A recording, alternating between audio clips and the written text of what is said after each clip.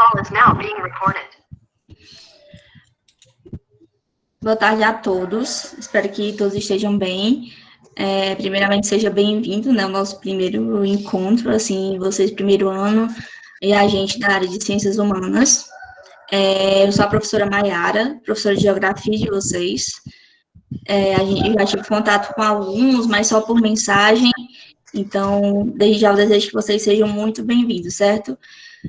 Hoje a gente vai estar com a professora Cleides, que é a professora de vocês de Filosofia e Sociologia, com o professor Marcelo, que é o professor de História do terceiro ano, e infelizmente a gente não pôde contar com a presença da professora Silvia, mas vão ter outras oportunidades, com certeza, e ela é a professora de História de vocês do primeiro ano, tá certo?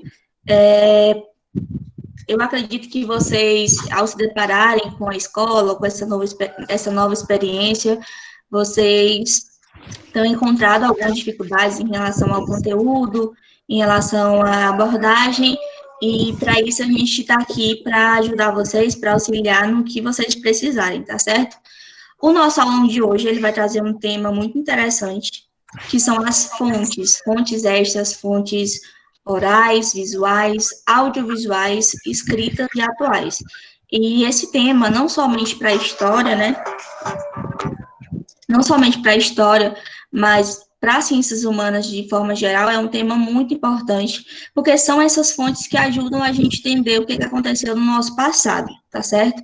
E eles são registros da nossa história, da história da sociedade, das civilizações e de como a humanidade evoluiu, tá bom? Eu vou passar a palavra agora para o professor Marcelo, que ele vai iniciar a nossa aula agora. Boa tarde. Me apresentando aqui mais uma vez, a Maiara me apresentou muito bem, aliás, sou professor de História dos terceiros anos, espero que vocês estejam me ouvindo direitinho. E, embora eu seja professor de História dos terceiros anos, vocês vão me ver bastante nos alunos, eu sempre gosto de participar dos alunos junto com as meninas, assim como a professora Silvia também gosta de participar dos alunos do terceiro, né? Então, é muito bom essa dinâmica, né? Quem ganha é vocês, né? Vai ter 2 professores de história aí para auxiliar, né? Eu, como obviamente, professor reserva, e a professora Silvia como professor titular de vocês, tá certo? Então, sempre que vocês precisarem da minha ajuda, eu também vou estar. Primeiro de tudo. Marcelo, só um instante, Marcelo, desculpa. Eu acho que tá só um pouquinho baixo. Não sei se é para mim ou se tá para todo mundo. Oi, tá me ouvindo direitinho? Ou tá do mesmo jeito? Tá melhor agora. Porque o meu microfone estava aqui quase tapado. Culpa minha. Pronto. Então, já falando sobre a apresentação e tudo mais, a gente vai falar hoje sobre fontes, né? Essas fontes, elas são fontes históricas, tá certo, pessoal? Aí vocês vão ficar pensando assim, então essa aula vai ser bem chatinha. Não, fonte histórica eu acho que é um dos temas mais interessantes para a gente trabalhar em história, certo? E história não é uma disciplina chata do jeito que vocês acreditam que seja. História é muito massa, certo? Primeiro de tudo que vocês têm que pensar. Se a gente vai falar de fontes históricas, é importante e relevante que vocês se perguntem o que é história. Vocês estudam história, mas o que é história? Alguém poderia me responder aí no chat o que seria história, que vocês acreditam que é história? Uma definição básica. Simples. Alguém poderia me falar? Enquanto vocês vão aí pensando, eu vou falar sobre um pouquinho de fonte histórica. Se vocês colocarem aí, uma das meninas vai ler para mim, tá certo? Relacionado à questão de fonte histórica.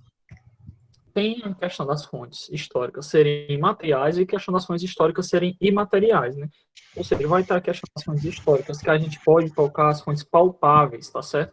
Ou seja, a gente vai estar falando aí de vestígios concretos, né, que são tocados pelas mãos humanas, né? No caso, textos, pinturas, fotos, filmes, roupas, construções, né? Já relacionado à questão de fontes imateriais, né, são coisas que não são palpáveis, não se pode tocar. E, falando isso mais concretamente, são lendas, histórias, coisas que a gente fala oralmente, por exemplo. Né? Uma separação muito interessante e relevante, a gente pode pegar um livro onde tem os contos de Grimm, tá certo? E esse livro vai ter diversas histórias, mas só que para originar esses contos, eles passaram primeiramente, ter um ponto de uma tradição oral, ou seja, ele foi contado de pai para filho lá na França, em meados ali do século XV, século XVI. Essas histórias eram contadas de pai para filho de uma maneira totalmente diferente do que a gente vê, de uma maneira que não é romantizada como seria nos dias de hoje. Eu já vi que algumas pessoas responderam aqui o que é história para mim, e eu vou dar uma olhadinha lá, certo? Primeiro aqui a Nayane Kelly. História é conjunto de conhecimentos relativos ao passado da humanidade e sua evolução. Segundo lugar, a época ou ponto de vista escolhido. Ok, interessante. A história é a nossa cultura e o nosso passado. Ciência que estuda eventos passados com reverência a um povo, país, período ou indivíduo específico. Tá certo. Eu vejo que vocês ainda estão muito dentro dessa perspectiva de que história é uma ciência, ou não, que estuda o passado. Primeiro ponto. História é sim uma ciência, para deixar isso bem claro. Só que a história não estuda somente o passado, tá certo? A história ela estuda o tempo, né? Ou seja, ela vai estudar o passado, o presente e o futuro. Ah, professor, como é que a história vai estudar, por exemplo, o futuro, que não aconteceu ainda?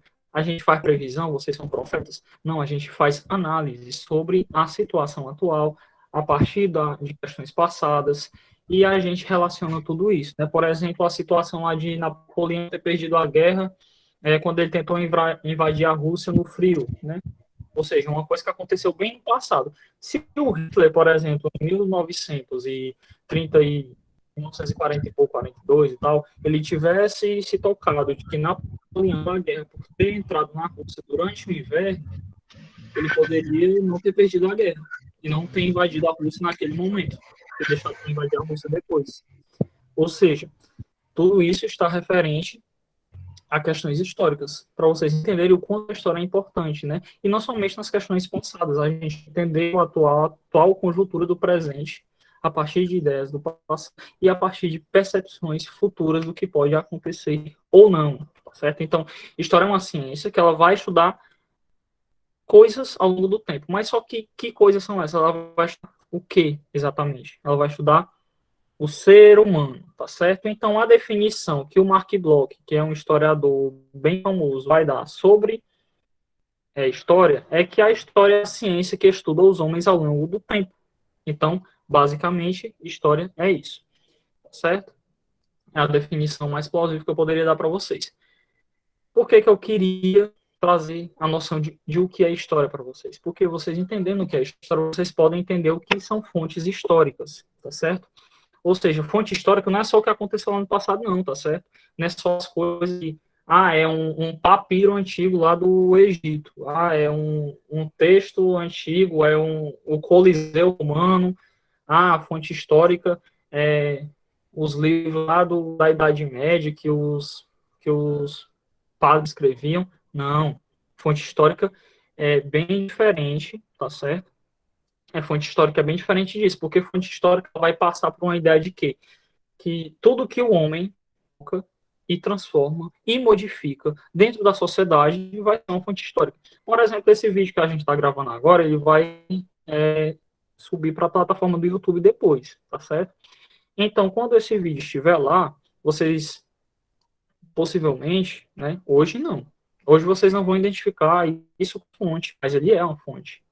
Ele é uma fonte audiovisual, tá certo? Um filme é uma fonte audiovisual, professor? É sim, um filme é uma fonte audiovisual, a partir da perspectiva do diretor, da galera e tudo mais. Entendeu? Tudo isso está relacionado. Né? Eu acho que eu já estou falando demais sobre questão de fonte e tudo mais, mas é para vocês terem claro como ideia do que seria uma fonte histórica, de que ela pode ser material, do que ela pode ser imaterial, e tem diversas fontes que são tratadas e separadas para o melhor estudo. Vai ter separação de fonte oral, fonte escrita, vai ter as fontes imagéticas e por aí vai, certo? Pode passar, mãe. Pronto, agora eu passei a palavra para as meninas. Elas vão falar um pouquinho sobre a fonte escrita e a fonte imagética. Pronto. Boa tarde, gente. Aqui é a professora Cleides, certo? Eu vou falar um pouco para vocês sobre a fonte escrita e a fonte também virtual, certo? A fonte escrita, vocês podem ver aí, são jornais, né, são livros, são discursos, cartas, tudo isso são documentos, né, considerados fontes escrita, né? Então, aí você vê um jornal, uma imagem também, pronto, deixa eu concluir, vocês veem aí um jornal que é uma fonte escrita, né? De uma gripe que aconteceu há tantos anos, né, há muitos anos, que está um pouco associada ao que nós estamos vivenciando hoje também. Uma imagem também de máquinas, né, ela pode ser também uma fonte, né, para a história, sendo que essas fontes de imagem também, elas podem ser manuscritas, né, porque tem pessoas que desenham, deixaram desenhos, inclusive os primeiros comunicados do homem, né, foram desenhos em cavernas, que servem como fontes para nós até hoje, porque a partir dessas imagens, a partir dessas escritas, a gente sonda como viveu aquele povo, né, há tantos anos atrás. E a escrita também, eu acredito, eu acho muito interessante, em livros, vejam bem, daqui a algum tempo, alguns anos, quem nos assegura que a nossa escrita será tal qual é hoje, né? Porque eu já tive acesso a livros, eu tinha um livro de 1901, e a escrita dele era diferente da nossa escrita hoje, apesar de ser o português. E isso é interessante, né? Você vê aí uma mudança, né, na escrita através desse registro, seja no livro, numa carta, ou no outro tipo de documento. Pode passar, Maera, por favor. Quem está passando os slides? Certo? Então, as fontes escritas, como eu já disse, são todas essas, certo? E o historiador, ele tem como papel a produção de documentos, de conhecimento relativo aos acontecimentos do passado da humanidade. Isso aí o professor Marcelo já falou, né? Esse conhecimento é fundamental porque permite a nós compreender a nossa própria realidade, quer dizer, como chegamos até aqui, né? A partir do quê? Então, a história, ela faz esse parâmetro, né? Ela faz essa pesquisa dentro do que já existiu, do que já aconteceu, por que é que chegamos até aqui, né? Por que vivemos dessa forma? Como chegamos aqui? Né? A sociologia, as ciências humanas, elas trabalham em conjunto nesse intuito. Então, até o século XIX, gente, os historiadores, eles acreditavam que o único tipo de documento válido para a construção do conhecimento histórico era o escrito, sobretudo aquele que fosse produzido por meios oficiais, ou seja, pelo Estado, as autoridades e grandes homens, sendo que, a partir do século XX, né, essa condição, essa noção foi sendo desfeita, né, porque a gente vive num processo de mudança constante. Então, estudos mostraram que é possível construir o conhecimento histórico a partir de outras bases, que o professor Marcelo também falou. Veja bem, existem, deixa eu ver aqui, as pessoas que trabalham com, peraí que eu já lembro, são arqueólogos, pronto, os arqueólogos, eles trabalham na descoberta, né, do nosso passado, cavando ruínas, procurando objetos, né, até sementes do que certa cultura consumia há alguns anos atrás. Então, tudo isso nos traz, né, são fontes para a gente saber, né, de como chegamos aqui, o que mudou, né, nos comportamentos humanos até hoje. Mas aqui voltamos para a escrita. Então, teve um historiador, que é José da Assunção Barros, ele dizia o seguinte: as fontes históricas são itens materiais e imateriais ou vestígios deles, que ajudem o historiador a construir e a compreender acerca do seu passado. Então, tudo que o homem toca pode e deve informar sobre ele. Então, tudo que nós tocamos, mudamos, né, construímos, modificamos, é passível de ser usado, né, na nossa história para dizer um pouco mais sobre nós. Então, sendo assim, o documento escrito, ele continua sendo importante, é claro, né, como fonte histórica, mas a utilização foi muito mais ampliada. Hoje existem inúmeras fontes, certo? Que são usadas como documento, né, para o nosso conhecimento de passado e de formação de um futuro.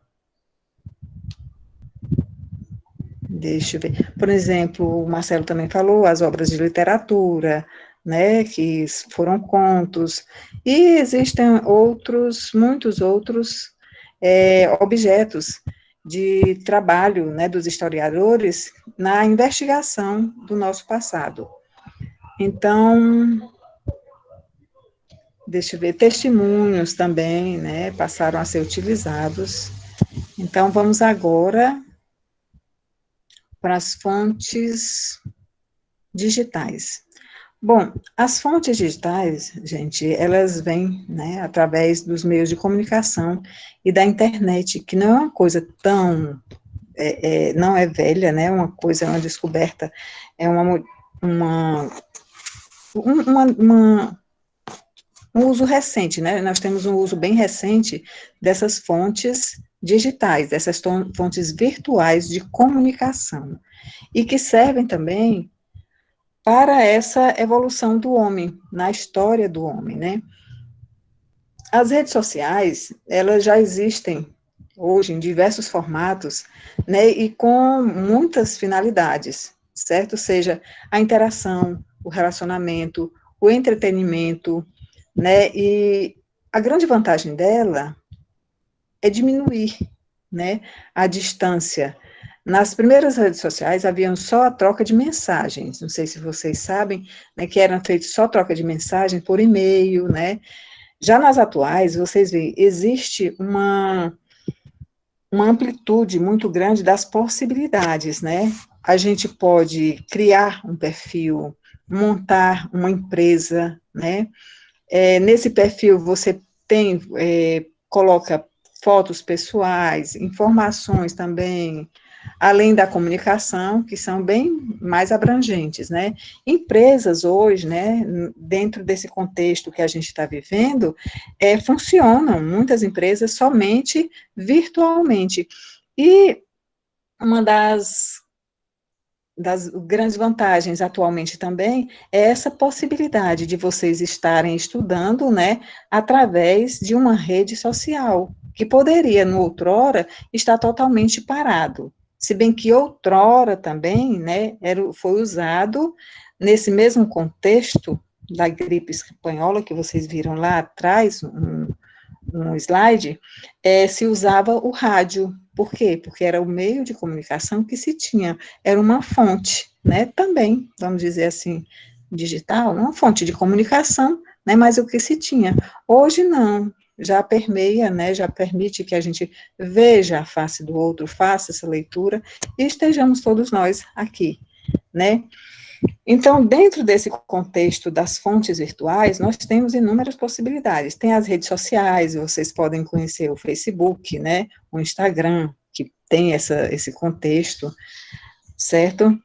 Então, vamos ver aqui, deixa eu só ler isso aqui para vocês. A internet é o meio de comunicação que mais cresce no mundo. Esse crescimento está atrelado a vários fatores, como idade, renda, avanço tecnológico e grau de escolaridade, e agora, ao momento vivido, como eu já falei. Ela é mais um canal, uma vez que dentro dela temos outros meios de comunicação. E quais são os meios de comunicação virtual? E são desses que eu estava falando. O Skype, antes, eu acho que pouca gente hoje usa o Skype, ele era usado para ligações, como hoje é permitido no Facebook, né? A gente faz ligação com câmera, no WhatsApp, a gente faz também, né, com câmera, então o Skype ele era usado para isso. O Messenger, que era um meio de comunicação só de mensagens, o YouTuber, né, é para onde você põe, é uma riqueza enorme de músicas, de aula, né, é muita coisa. O Orkut, que hoje eu acredito que não seja mais nem usado, né, era um local que você exibia muito, era mais para fotos e poucas comunicações, mas eram muitas fotos, né, que também é uma fonte, né, de conhecimento.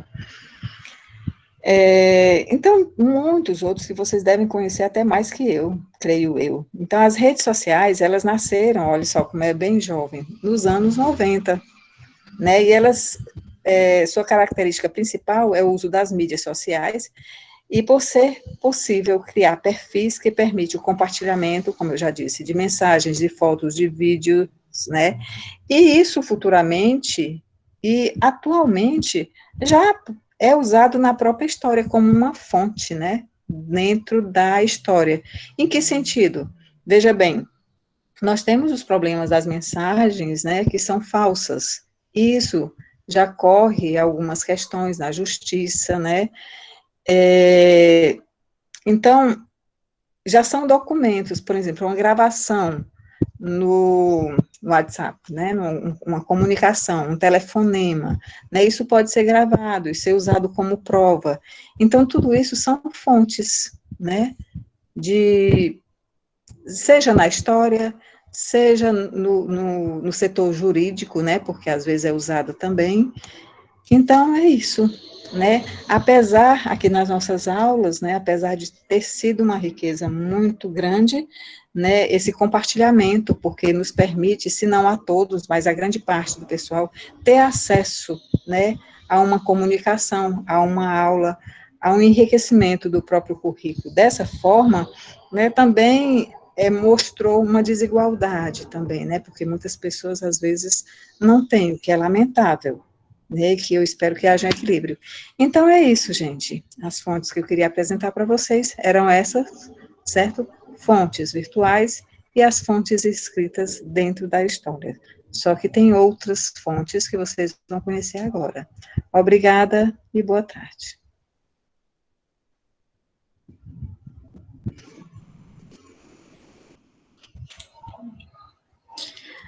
A outra fonte, né, outras fontes, como a professora Cleide e o Marcelo falaram, são os mapas também, tá certo? Como foi falado desde o início, né, da apresentação, todas essas fontes, elas fazem parte do nosso passado, principalmente quando a gente trata de fontes históricas, do nosso presente, porque toda essa evolução que aconteceu ao longo do tempo, ela trouxe a gente para a realidade que estamos hoje, e também do nosso futuro. Hoje em dia, a gente já vive em uma sociedade globalizada, com muitos avanços tecnológicos, então tudo isso faz com que a gente futuramente tenha avanços muito maiores, e essas fontes, elas vão ficar registrando a nossa história, desde o início das civilizações até o que nos espera no futuro, né? E uma dessas fontes, como eu falei para vocês, são os mapas. Hoje em dia, a gente não está tão familiarizado com esses mapas físicos, né, mapas de papel. Normalmente a gente visualiza na escola, quando tem uma aula de geografia, e aí o professor leva aquele mapa lá do Brasil, talvez o mapa mundi, ou aquele globo, e aí é o momento que a gente tem acesso a esse tipo de fonte. Mas hoje, a gente também tem acesso a isso nos nossos celulares, nos nossos smartphones. Assim como vocês estão vendo nessa imagem do slide da direita, a gente tem hoje, se você tem um celular com uma conta do Google, você acessa o Google Maps automaticamente só pelo seu celular. Assim como você pesquisando no Google também tem essa possibilidade. O GPS, se, por exemplo, os seus pais andarem de carro, ou vocês quiserem se locomover de um lugar para outro, vocês conseguem ter acesso a essas rotas, a essas localizações, tudo isso que está no nosso dia a dia e que vem sim desses mapas, vem desde essa origem histórica, né? Desde o primeiro mapa, desde o mapa mais antigo, até chegar no nível que a gente tem hoje. E isso é muito interessante, a gente vê o quanto foi evoluindo ao longo da história. E eu mostro para vocês que essa é a informação que a gente tem do mapa mais antigo das nossas civilizações, né? Esse mapa, que você pode olhar para ele agora e dizer assim, mas tio, o que é isso? Não parece um mapa. Eu não estou vendo a legenda, eu não estou vendo um título, só tem uns desenhos e umas letras, uns códigos, e eu não consigo compreender o que era isso. Então, esse mapa, ele tem cerca de 4.500 anos, certo?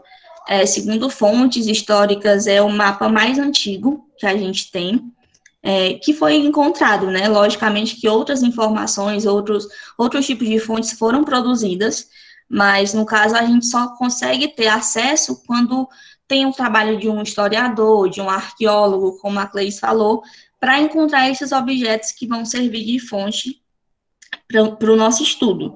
Então, a partir de estudos feitos neste mapa, foi concluído que ele foi feito por povos babilônicos no ano 1500 a.C., aquele ACzinho que vocês viram na atividade da professora Silvia, e ele teria sido confeccionado sobre uma placa de argila cozida. Então, hoje a gente tem um mapa que é feito no computador, que é impresso, e esse primeiro mapa, esse mapa mais antigo, ele foi feito numa placa de argila. Fizeram desenho, deixaram secar, e aí teve esse registro na história. E o que ele representava? O que esses desenhos dele significavam? Segundo estudos, seria o vale de um rio, provavelmente o rio Eufrates, lá na região da antiga Mesopotâmia, que a gente estudou nas nossas atividades. Então, esse mapazinho aí, ele seria um registro daquelas civilizações que existiram no território ali da Mesopotâmia. Então, é uma fonte já histórica desses povos, certo? Então, é por isso que a gente afirma, existiu o povo tal, existiu a civilização tal.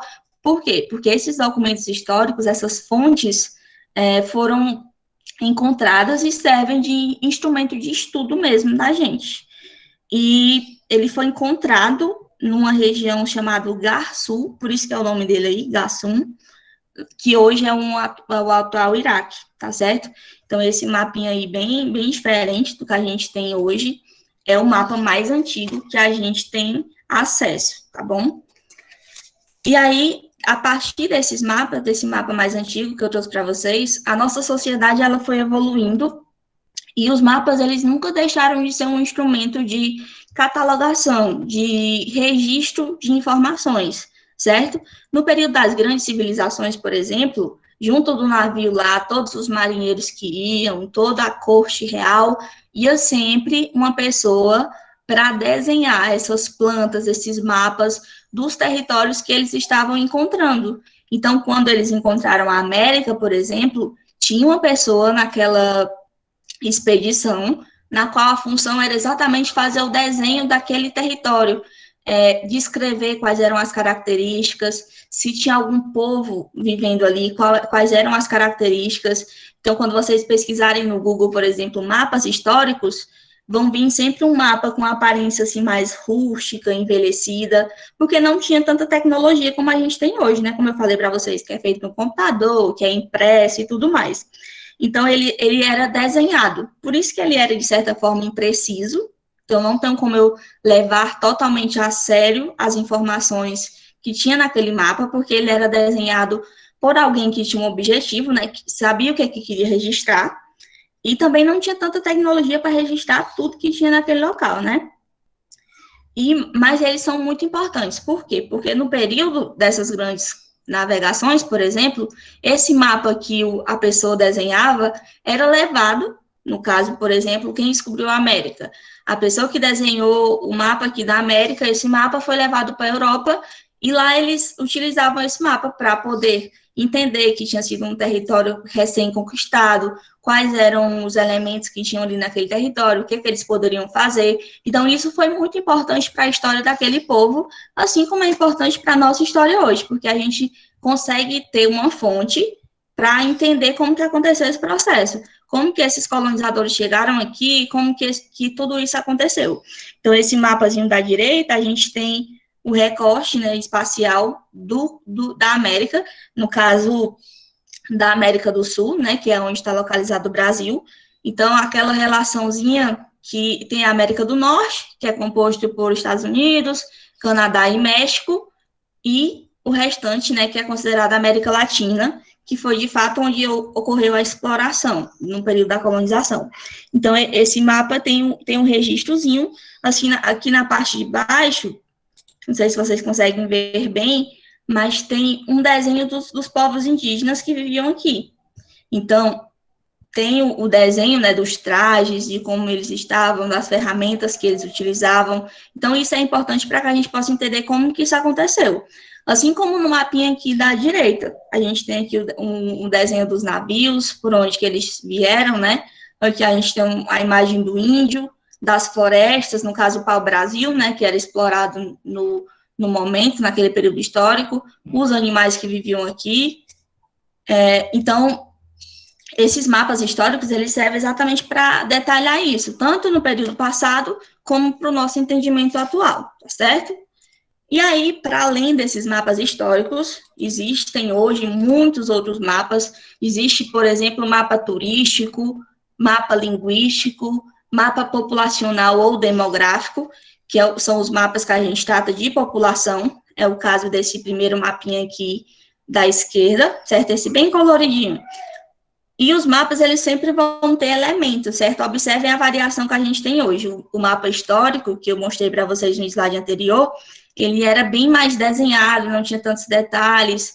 Esse aqui não. Aqui a gente já tem uma divisão por cores, essa corzinha aqui é amarela, verde, e aqui esse mapa ele mostra o tanto de habitantes.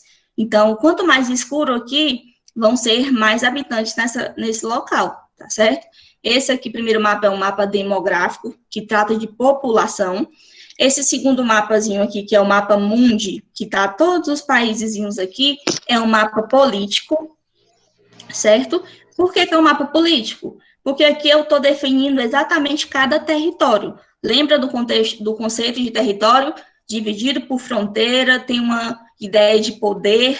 Então, aqui eu tenho um mapa político. Território do Brasil. Então, aqui dentro do Brasil, eu tenho um governo, eu tenho um tipo de sistema que é feito economicamente, atividades econômicas diferenciadas. Então, é totalmente diferente, por exemplo, de quem mora lá na Rússia, ou de quem mora nos Estados Unidos. Então, cada um desses países, eles vão ter as suas próprias características políticas, territoriais, econômicas, culturais, e por isso que aqui a gente tem um mapa político, certo? Porque traz essa divisão territorial, sobretudo. E aqui nesse último mapa, que é nesse tomzinho verde, ele aqui é considerado um mapa físico, certo? Por que é um mapa físico? Porque ele vai trazer componentes da natureza, digamos assim. Aqui, ó, não sei se vocês estão conseguindo ver o cursorzinho do mouse, né? Aqui a gente tem um rio, que no caso é o rio Amazonas. Nesse lado aqui, nessa parte branca, a gente tem a Cordilheira dos Andes, que é uma cadeia montanhosa que tem aqui na América do Sul. Então, são tudo componentes físicos, certo? Aqui, também nessa região central do Brasil, a gente tem unidades de relevos muito mais relevantes, digamos assim, do ponto de vista de altitude. Então, aqui eu tenho, por exemplo, uma serra que vai cortando o Brasil. Então, esse mapa físico, ele vai trazer exatamente essas características físicas, certo? E os mapas, eles são esse instrumento de comunicação mesmo. Você pode dizer assim, tia, mas isso aí é só uma imagem, eu não consigo entender nada. Pronto, eu acabei de dizer aqui para vocês. Aqui tem um rio, aqui na região norte tem a floresta amazônica, aqui é o Ceará, onde a gente está localizado. Então, através de uma imagem dessa, eu consigo ter muitas informações, eu consigo comunicar muita coisa. Então, isso é uma fonte que serve hoje, principalmente, para a gente entender como que os processos são destacados no nosso presente, né? E também no futuro, para que a gente possa estudar se isso houve uma alteração ou permanece da mesma forma. E é uma representação gráfica, certo? E eles são chamados mapas temáticos exatamente por isso que eu falei para vocês, porque existe um mapa demográfico, que trata de população, um mapa político, que trata dos territórios, um mapa físico, que trata das características físicas, o mapa histórico, que traz um acontecimento histórico do passado, ou algo que foi feito hoje, que trata do passado também. Então, por isso que eles são temáticos, porque eles seguem sempre um tema. Eu não vou fazer um mapa do nada. Não, eu vou fazer um mapa com um objetivo. Eu quero um mapa de localização, um mapa rodoviário, um mapa linguístico, um mapa turístico. Então, todos eles vão ter uma temática a ser abordada, tá certo? E aí, eu passo a fala agora para o professor Marcelo. Espero que vocês tenham entendido e qualquer coisa vocês podem colocar aqui no chat, tá certo? Que eu vou estar dando uma olhadinha. Oi, eu aqui de novo, pessoal. Tá me ouvindo direitinho? Espero que esteja. Pronto, então. É relacionado à questão da oralidade dos vestígios e ruínas, tá certo? Primeiro de tudo, porque a oralidade a gente tem que trabalhar ela como fonte de uma forma diferente. Eu vou já dar uma explicadinha. Eu vou deixar a oralidade para o final, no próximo slide, certo? Aí eu falo os dois juntos. Relacionado à questão dos vestígios e ruínas, ele vai mostrar que já é uma cultura material, né? No caso, algo palpável, algo que se toca, como eu falei lá no comecinho para vocês. Ou seja, geralmente esses vestígios e essas ruínas são resgatados pelos arqueólogos, ou seja, a partir da arqueologia, né, a gente pode, os arqueólogos eles vão ajudando na questão da história a partir desse ponto, né? Então, vai ter as ruínas, que são construções, que são ruas, que são túmulos, que são roupas. Por exemplo, de vez em quando aparece que encontraram uma estrada romana de alguma coisa, tá certo? Me fala, tá gravando ou tá normal, pessoal? Alguém reclamou aí. Não, Marcelo, tá ok, viu? Acho que se tá travando, deve ser alguma coisa em relação à internet, tá certo, Camila? Ah, tá certo. Então, pronto. Tem toda essa questão da construção de ruínas, os túmulos, as roupas, as armas cerâmicas, tudo isso. Ou seja, vão fazer todo aquele trabalho arqueológico, vão procurar esses materiais. E a partir da descoberta desses materiais, parte dele vai ser utilizado como fonte pelo historiador. O objeto em si, ele não vai ser a fonte vai ser o que o historiador faz dele. Por que eu falo de historiador? É porque eu sou professor de história? Não, pessoal, é porque a partir do campo da história que a gente pode trabalhar as outras áreas, tá certo? A partir do que o historiador, com um olhar de observador e conhecimento histórico, né, daquela situação, ele pode se pôr e pode propor para as demais áreas o que é aquilo ali, como ele pode ser trabalhado, tá certo? Então, essas fontes, no caso, vestígios e ruínas, elas vão diferir de patrimônio histórico, tá certo? De patrimônio histórico cultural, material, no caso. O que é o patrimônio histórico cultural? Por exemplo, a gente pode levar em consideração a igreja do Silpé. Por quê? Porque é uma igreja que ela é tombada. A partir do tombamento, ela pode ser caracterizada como patrimônio histórico, tá certo? O Cristo Redentor, patrimônio histórico, tá certo? Ou seja, são coisas palpáveis. Professor, e o patrimônio histórico material? Eu posso citar o Bumba Meu Boi, é um patrimônio histórico material. Eu posso citar a MPB, patrimônio histórico e material, tá certo? É algo que eu não posso tocar, é algo que não é palpável, tá certo? Pode passar, mãe. Pronto, pessoal, por que eu deixei a oralidade para o final? Porque a oralidade, ela mudou a perspectiva do que o historiador vê como fonte. Por quê, professor? Eu acho que a professora falou, e ela falou sim, sobre a situação de que os historiadores só consideravam as fontes escritas como fonte histórica. E isso foi se perdendo com o tempo. Por quê? Porque existiam muitos relatos que eram interessantes e eles deveriam agregar dentro do contexto. Quando história ele vai se definir como ciência ali no final do século XIX para o início do século XX, a partir dessa ideia de que o historiador ele é um cientista, então eles vão começar a acumular fontes, e essas fontes eram apenas fontes escritas. Só que as fontes escritas, elas não diz respeito a toda a perspectiva que a gente pode vislumbrar da história. Então, por exemplo, por conta disso, se via que a história da África não existia antes do século 13, 14. Por quê? Porque eles não tinham a necessidade de escrita, eles não escreviam. Eles sabiam escrever, professor? Sabiam. Só que eles não tinham necessidade de falar sobre os relatos deles para o papel. Eles passavam de pai para filho. Outra situação que aconteceu dessa mesma forma seria os contos que eu falei para vocês, né? Os contos da Chapeuzinho Vermelho, por exemplo, né, passava de pai para filho. Era um conto totalmente sangrento e macabro, com diversas atrocidades e diferenças. Sim, por quê? Porque a sociedade, para os camponeses que eram quem contavam esses relatos, eram dessa forma, né? Era uma sociedade atroz, uma sociedade cruel para com eles, onde eles passavam fome, onde eles viam seus filhos morrerem com constância, onde eles perdiam muito as mulheres, né? As mulheres morriam bastante por conta de parto e tudo mais, higiene, e, portanto, existia uma figura da madrasta, a madrasta nem sempre era boa para os filhos dos maridos e tal, ou seja, tudo isso está relacionado dentro de um contexto, ou seja, como é que a gente ia trabalhar a história dos camponeses sem a gente os contos? É basicamente indissociável, é impossível. Se a gente for pegar e dizer, então só existe fonte escrita, eu não poderia trabalhar boa parte do continente africano, porque em basicamente quase todo o continente africano, as fontes escritas, elas não existiam. Professor, mas tinha fonte escrita lá no Egito. Tinha fonte escrita lá no Egito, sim. Egito parte da África. Só que Egito, Núbia e essa parte da África que está mais acima e próxima ao continente europeu, tinha uma dinâmica e uma cultura totalmente diferente. Lembrando que a África é um continente, não um país, tá certo? Então, a fonte histórica ela foi se modificando.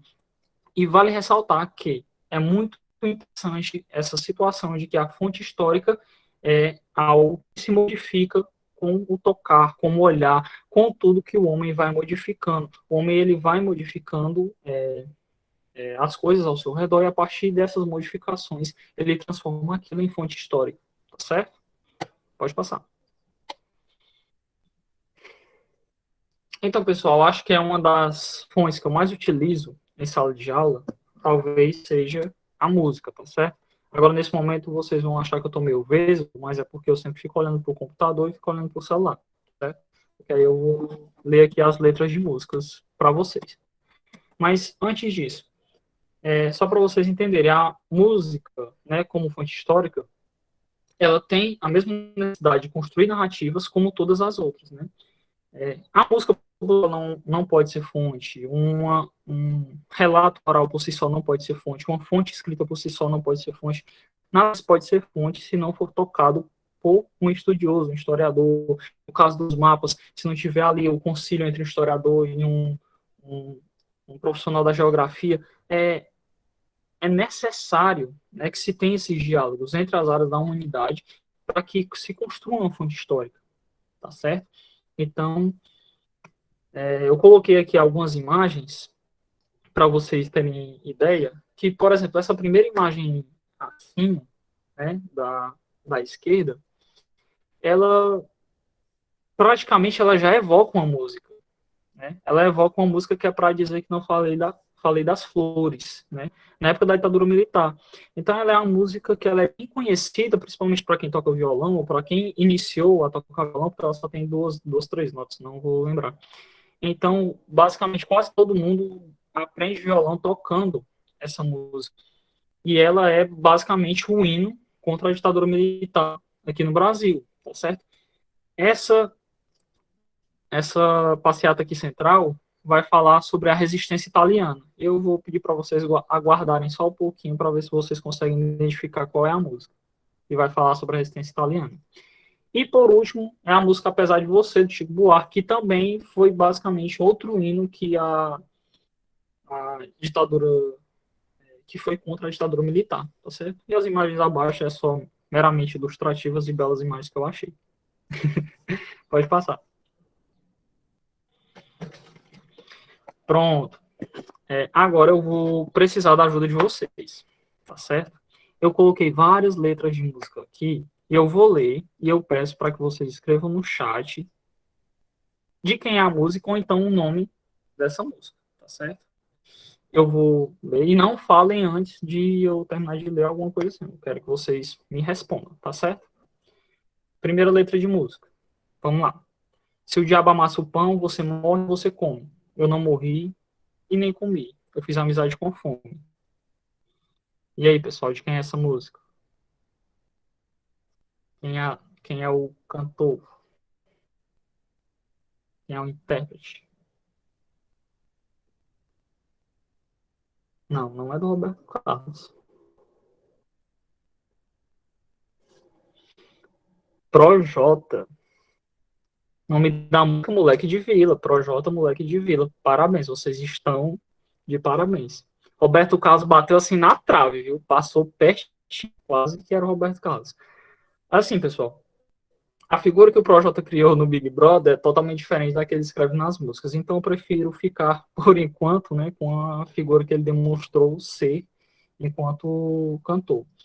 E na música Moleque de Vila, ele vai trabalhar toda essa questão de que ele vai falar dele. Na verdade, a música de Vila é uma música para falar do Projota dele, das dificuldades que ele passou e de toda a construção dele quanto ser humano. Ele fala da mãe dele e vai mostrar muita coisa, né, sobre o quê? A música fala do Projota, a música é basicamente uma narrativa dele, mas só que é a narrativa de muito moleque de vila que está na favela. Por que é importante essa música, tá certo? Por que essa música ela é relevante, ela é interessante, tá certo? Só um adendo, pessoal. Utilizem o chat como instrumento de apoio e ajuda a vocês. Tentem evitar certas brincadeiras, tá certo? O chat é mais para descontrair, mas para vocês também trabalharem comigo, beleza? Já que é a maneira de vocês participarem da aula. Então, pessoal, essa música do Projota, ela vai falar sobre ele como moleque de vila, mas só que esse ano que existem outros moleques de vila além dele, tá certo? Então, desde o início da música, ele vai lá citar, ele vai citar, ele vai falar que ele lutou, que ele mudou, que ele veio da periferia, ele veio da ladeira. Então, a gente dá para trabalhar muito bem sobre ele, né? Dá para falar dele, mas também dá para falar sobre a construção da favela por trás da situação que o Projota viveu na infância. A segunda letra de música, ela vai falar assim: antes de me despedir, deixo ao sambista mais novo o meu pedido final. Essa vai ter músicas fáceis que vão saber e vai ter músicas um pouquinho mais complicadas que vocês não vão conseguir encontrar. Mas teve uma colega aqui, a Nayane Kelly, que disse que era Alcione. Agora eu quero saber como é o nome dessa música. Alguém? São os clássicos, né, tio? É um clássico, essa música é maravilhosa, tá certo? Essa música é maravilhosa e eu sempre estou em sala de aula, tá certo? O nome dessa música é Não Deixe Eu Morrer, tá certo? Que ela vai... Quando eu não puder andar mais na avenida, quando as minhas pernas não puderem mais aguentar, junto com meu samba, o meu andar de bamba, entrego a quem mereça usar. Aí vai e passa lá pra baixo. Não deixe o samba morrer, não deixe o samba acabar. O morro foi feito de samba pra gente sambar. E essa música, ela é muito interessante. Por quê? Porque ela vai trabalhar, né, com a história do samba. E a história do samba no Brasil, ela vai bater de frente com a história da identidade nacional, que ela também vai bater de frente com a história do governo de Getúlio Vargas, que ela também vai bater de frente com a história do negro no pós-abolição. Então, essa música, ela basicamente, além do hino do samba, ela é maravilhosa. Certo? Essa música ela é maravilhosa e ela vai contar, e como a nossa querida colega falou, essa música ela é um clássico, tá certo? Tio, seu microfone tá falhando. Não tá bom, não. Então vamos para a terceira música, né? Quem me dera ao menos uma vez, como a mais bela tribo dos mais belos índios, não ser atacado por ser inocente. Quem é essa música? Legião Urbana. Alguém citou como é o nome dessa música? Índios. Muito bem, né? O intérprete. Vocês estão me ouvindo direitinho, pessoal? O áudio tá ruim. Tio, o áudio tá, falhando. Aqui tá ok, Marcelo. Nayan, Isabelle, eu acho que é a sua conexão. Qualquer coisa, tenta sair da sala e voltar, tá bom? Pode melhorar. E outra coisinha, pessoal, quem tiver com o microfone ligado, tente evite ligar, tá certo? Porque há muita pessoa na sala, quando você liga o microfone, aí fica falhando a minha voz, tá certo? Essa música é a música Índios, e como é a música Índios, dá para trabalhar muita coisa, né? Ela mostra assim, uma perspectiva histórica, mas ela mostra uma perspectiva sentimental do cantor Renato Russo, né? No início ele vai falar, né, que me dera ao menos uma vez ter de volta todo o ouro que entreguei a quem conseguiu me convencer que era prova de amizade se alguém levasse embora até o que eu não tinha. Ou seja, daí vocês vão começar a compreender que ele vai falar sobre os índios, tá certo? E de uma maneira bem singular. Ele vai falar, se os índios pudessem ter evitado de ter entregado todo o ouro e tudo mais.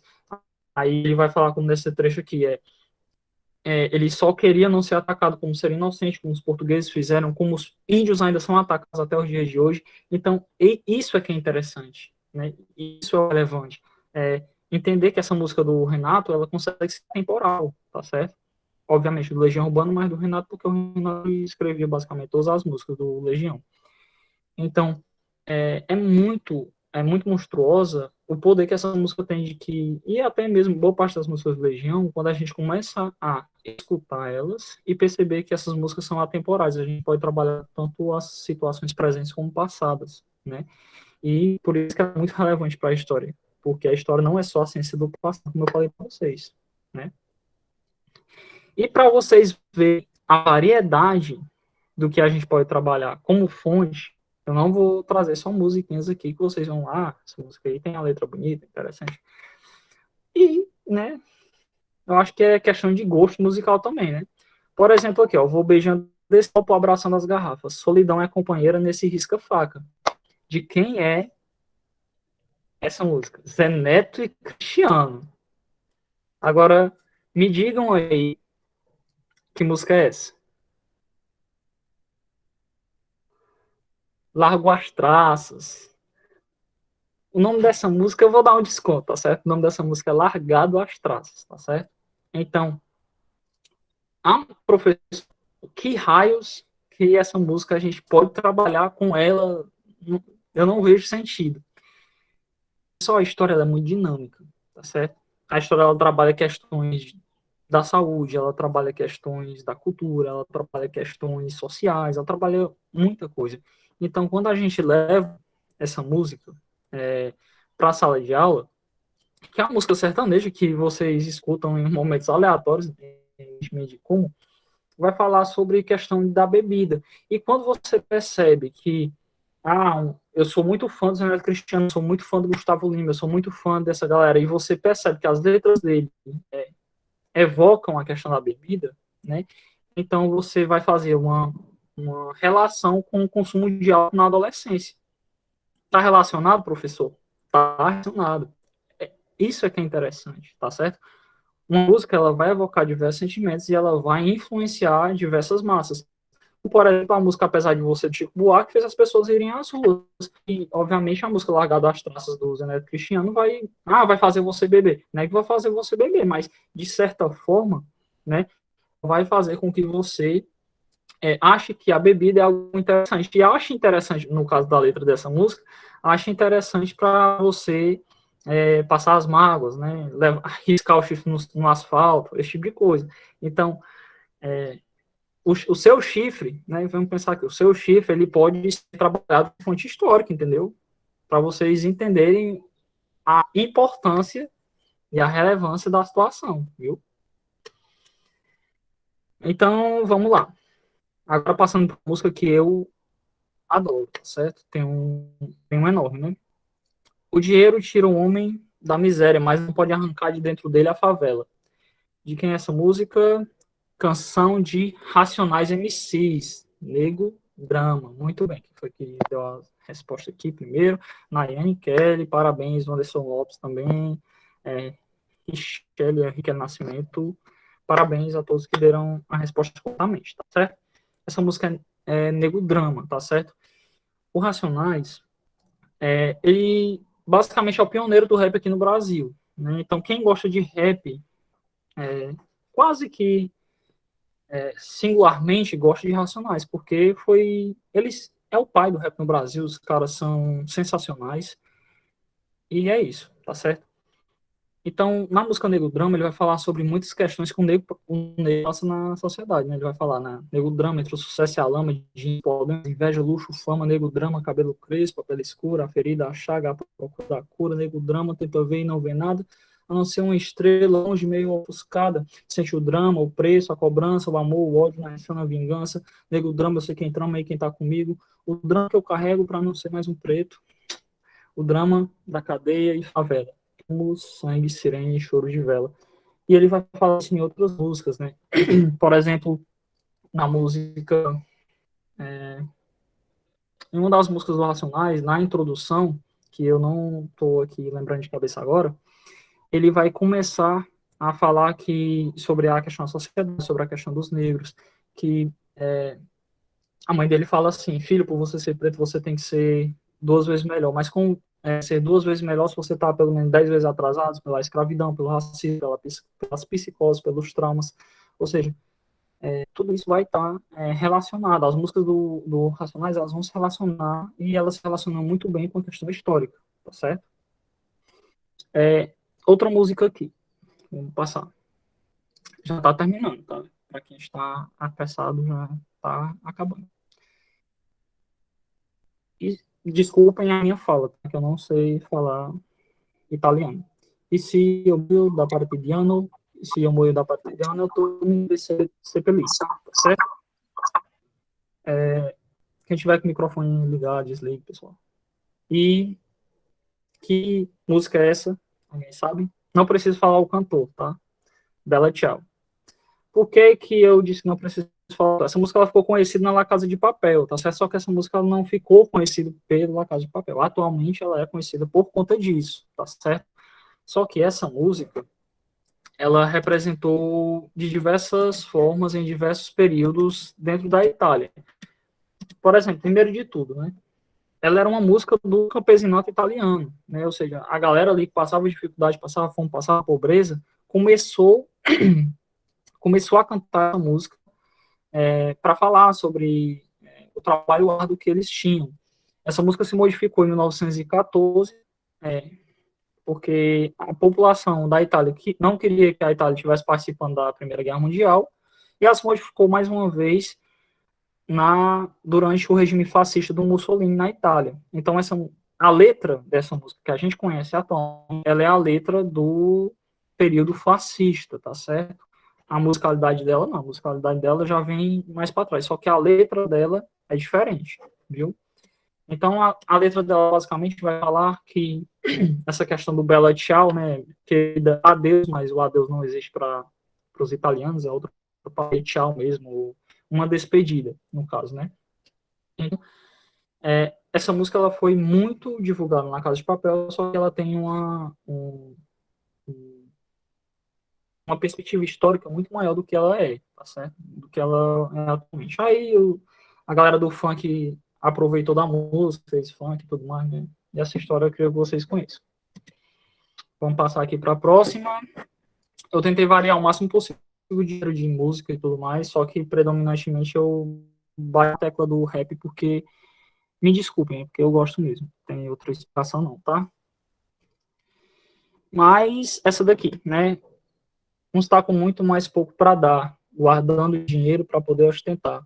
Enquanto esse lado do mapa, meu Deus, só história triste eu tenho para contar. Essa música, como vocês já chutaram e já falaram, é Céu de Pipa, né? Do MC Max, né? Porque eu não sei, tô com medo aqui de pronunciar errado aqui. Mas, pessoal, essa música é muito boa, mas ela é maravilhosa.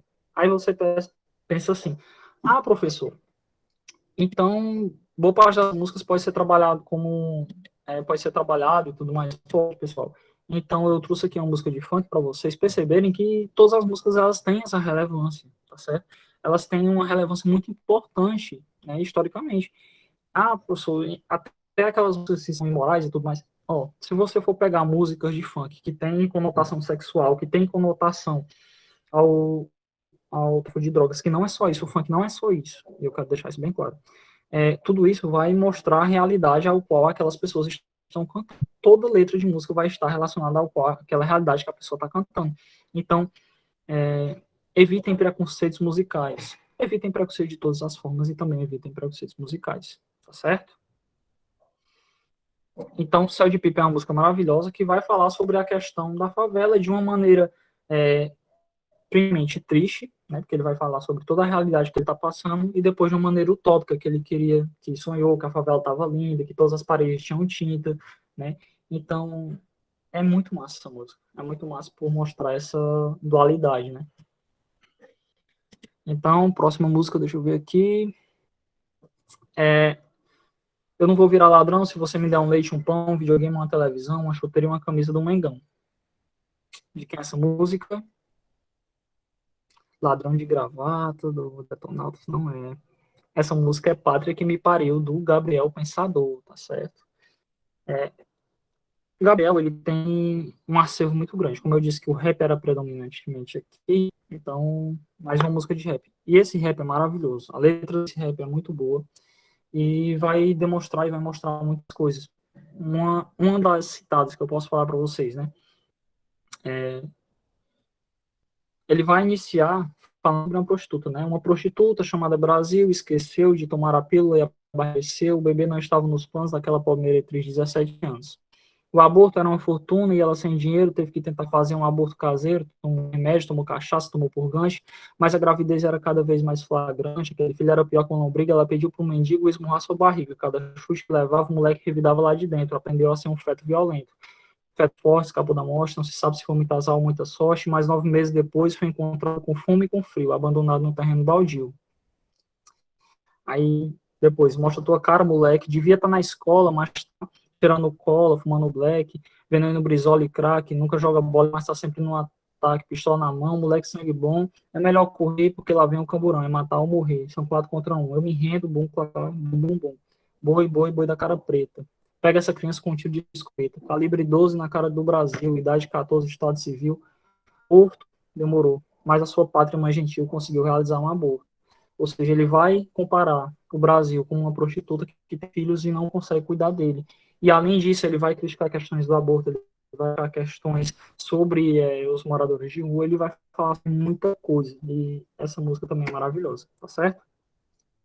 Eu trouxe uma playlist para vocês, basicamente. Né? Próxima música, né? Quem garante que Palmares se entregou? Quem garante que Zumbi você matou? De quem é essa música?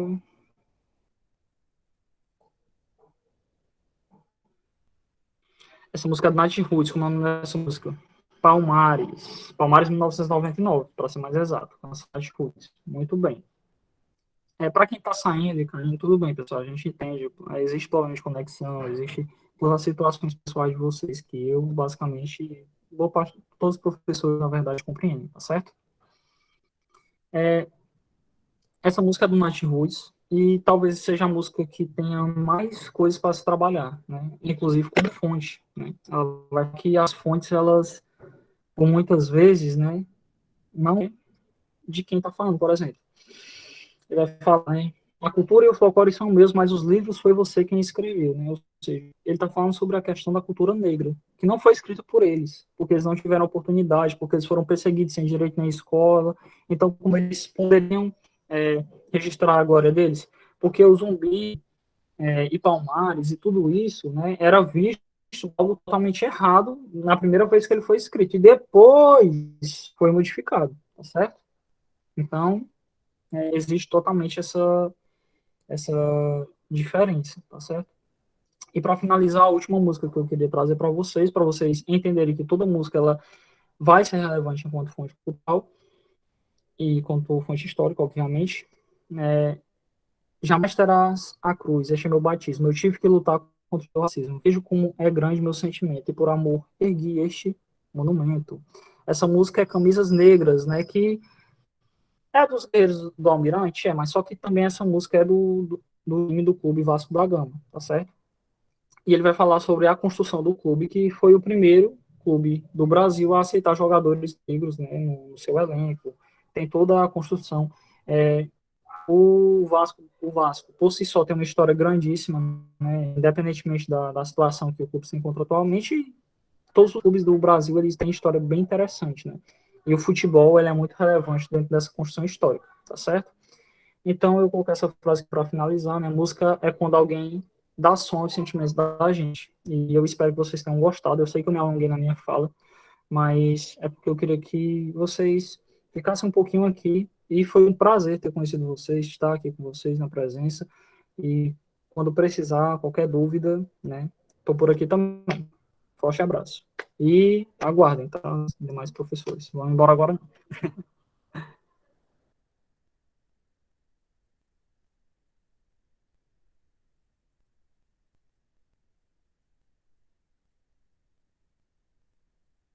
Pode passar, viu? Já.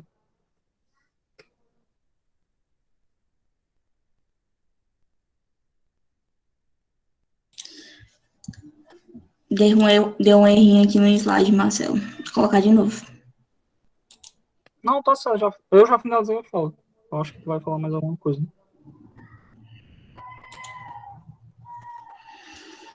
Uhum.